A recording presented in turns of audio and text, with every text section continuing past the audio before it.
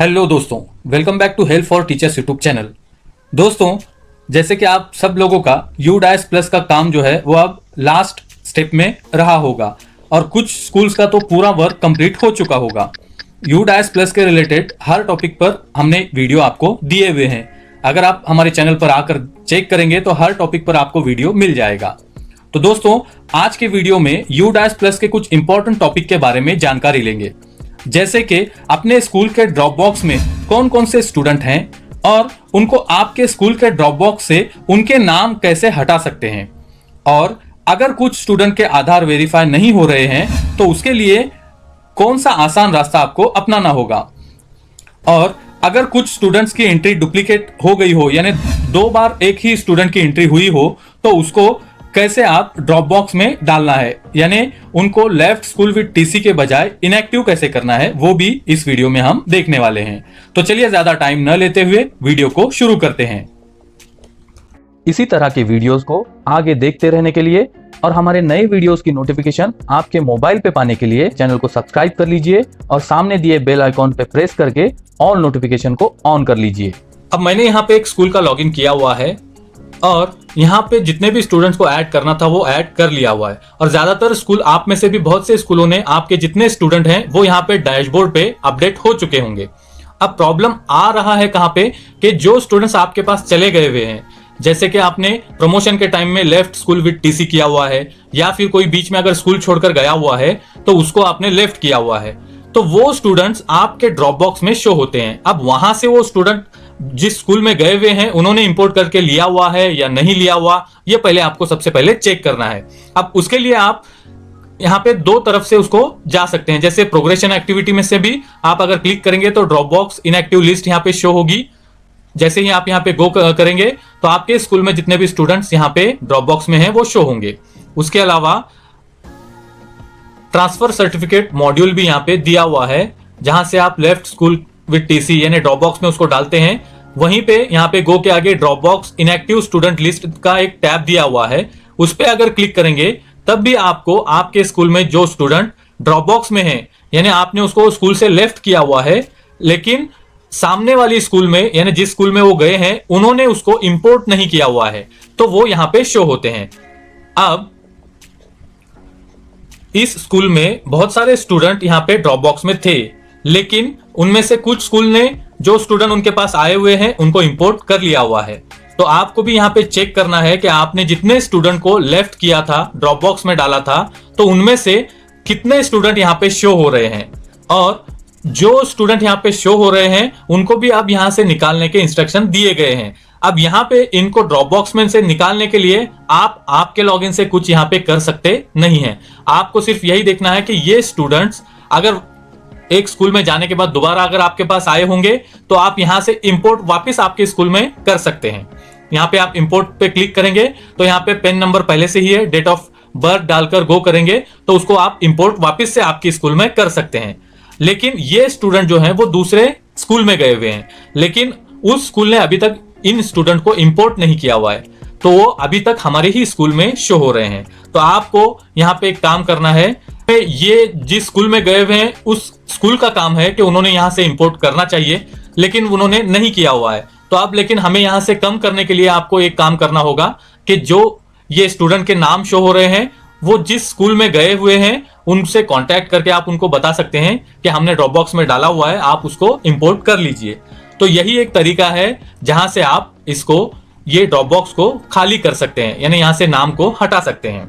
अब यहाँ पे और एक प्रॉब्लम मैं बता देता हूं, यहाँ पे वही स्टूडेंट जा सकेंगे जो सेम स्टेट में अगर किसी स्कूल में गए होंगे, तो क्योंकि अगर अदर स्टेट में ये स्टूडेंट गए हुए हैं तो अदर स्टेट में अभी तक इंपोर्ट करने की फैसिलिटी फिलहाल तो अभी तक नहीं है, एरर आ रहे हैं।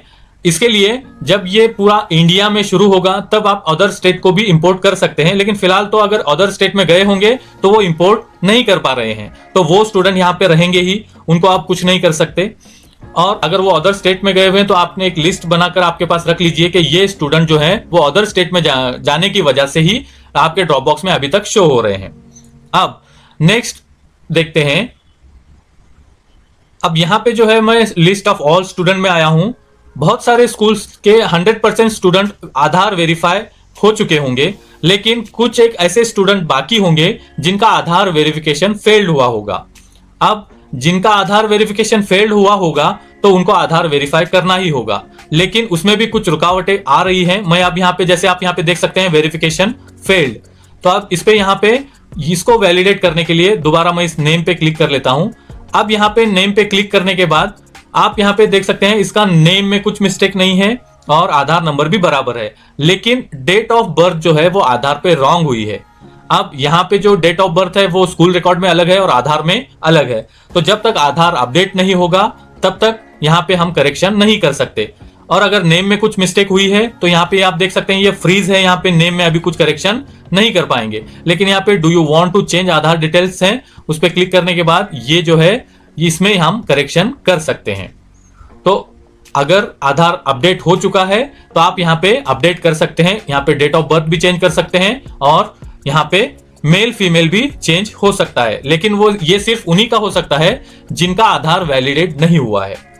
और आधार वैलिडेट करने के लिए मैंने और एक चीज यहाँ पे बताया था कि आसानी से किस तरह से कर सकते हैं। तो उसके लिए अगर आपका स्टूडेंट पोर्टल यानी सरल का जो स्टूडेंट पोर्टल है, महाराष्ट्र के अंदर जो सरल वेबसाइट है, उस पे जो स्टूडेंट डिटेल्स है, स्टूडेंट पोर्टल है, वहां पे अगर आधार वैलिडेट हो चुका है, क्योंकि वहां पे भी आधार को हमें वेरीफाई करना होता है, तो वहां पे अगर आपका वेरीफाई हो चुका है तो उसको आप यहाँ पे आसानी से वेरीफाई इधर भी आप कर सकते हैं। तो वो किस तरह से कर सकते हैं मैं बता देता हूं। अब ये जो है महाराष्ट्र स्टेट का स्टूडेंट पोर्टल है सरल का, तो अब मैं यहाँ पे एक स्कूल के लॉगिन में आया हुआ हूं। यहाँ पे आपको अपडेट स्टूडेंट डिटेल्स में अगर आप क्लिक करेंगे तो इस तरह से एक विंडो ओपन होती है, जहां पे क्लास वगैरह सिलेक्ट करके जो स्टूडेंट आपका आधार वेरीफाई करना बाकी है यूडाइस में, लेकिन वो सरल पोर्टल पे वेरीफाई हुआ है, तो उसकी क्लास यहाँ पे सिलेक्ट करके यहाँ पे गो पे क्लिक करेंगे। तो अब मैं यहाँ पे बता देता हूं आपको। अब यहाँ पे एक लिस्ट जो आती है आपके सामने, अब अगर यहाँ पे वो वैलिडेट हुआ है स्टूडेंट, तो उनका आधार की डिटेल आप यहां से लेकर उधर कॉपी पेस्ट करेंगे तो वो आधार वेरीफाई यूडाइस में भी हो जाएगा। जैसे कि आप इसको व्यू एंड अपडेट पे क्लिक करेंगे तो उसकी पूरी डिटेल्स यहाँ पे name, date of birth, Aadhaar number और आधार पे जो डेट ऑफ बर्थ है वो भी यहाँ पे शो होगी। तो इसको यहां से कॉपी करके आप अगर आपके यूडाइस के पोर्टल में यहाँ पे पेस्ट करेंगे तो आधार वेरीफाई जल्द हो जाएगा। तो इस तरह से आप कर सकते हैं, लेकिन इसके लिए एक शर्त है कि वो स्टूडेंट पोर्टल में, सरल के स्टूडेंट पोर्टल में वेरीफाई हुआ स्टूडेंट होगा तो ही यहाँ पे वेरीफाई होगा। अगर वहां पे भी वेरीफाई नहीं हुआ है तो यहाँ पे भी वो नहीं होगा। उसके लिए एक ही ऑप्शन है कि आधार को आपको पहले अपडेट करना पड़ेगा उस स्टूडेंट का, उसके बाद ही आप यहाँ पे उसको अपडेट और वेरीफाई कर सकते हैं। अब देखते हैं लास्ट टॉपिक, जिसके बारे में हमने पहले इस वीडियो के शुरुआत में बताया था कि अगर एक ही स्टूडेंट की 2 बार एंट्री हुई होगी तो उसको यहाँ पे आपको क्या करना है। क्योंकि कुछ स्कूल्स ने क्या किया हुआ है कि डबल एंट्री होने के बाद जो डुप्लीकेट स्टूडेंट है उसको लेफ्ट कर दिया हुआ है, लेकिन अगर डुप्लीकेट स्टूडेंट को डायरेक्ट आप लेफ्ट करेंगे तो यहाँ पे ड्रॉप बॉक्स में वो शो होगा। मैं आपको यहाँ पे शो करता हूं। अब यहाँ पे ट्रांसफर सर्टिफिकेट मॉड्यूल में उसका पेन नंबर डालने के बाद गो पे क्लिक करेंगे तो यहाँ पे 3 टैब एक्टिव होते हैं, left school already with TC, mark drop out और मेक इनएक्टिव। अब अगर कोई डुप्लीकेट एंट्री होती है तो बहुत से स्कूल्स ने उसको लेफ्ट स्कूल किया हुआ है, लेकिन अगर आप लेफ्ट स्कूल करेंगे तो वो आपके ड्रॉप बॉक्स और इनएक्टिव लिस्ट में शो होंगे और यहाँ पे एलिजिबल टू इंपोर्ट में शो होंगे। इंपोर्ट बटन यहाँ पे शो होता है, तो कोई और इसको इंपोर्ट कर सकता है। तो इसके लिए अगर डुप्लीकेट एंट्री होती है तो आपको इसके बजाय यहाँ पे ट्रांसफर सर्टिफिकेट मॉड्यूल में पेन नंबर डालने के बाद मार्क इनएक्टिव को सिलेक्ट करना है। अगर आप मार्क इनएक्टिव करेंगे तो मैं आपको बता देता हूं कि किस तरह से शो होता है। अब यहाँ पे 2 स्टूडेंट जो हैं वो मार्क इनएक्टिव किया हुआ है, तो आप यहाँ पे आगे देख सकते हैं एलिजिबल टू इंपोर्ट में नॉट अलाउड, यानी आप यहां से कोई भी इसको इंपोर्ट नहीं कर सकता। तो इसी तरह आपको भी अगर डबल एंट्री है, डुप्लीकेट एंट्री है, तो उसको आप यहां से मार्क इनएक्टिव कर सकते हैं।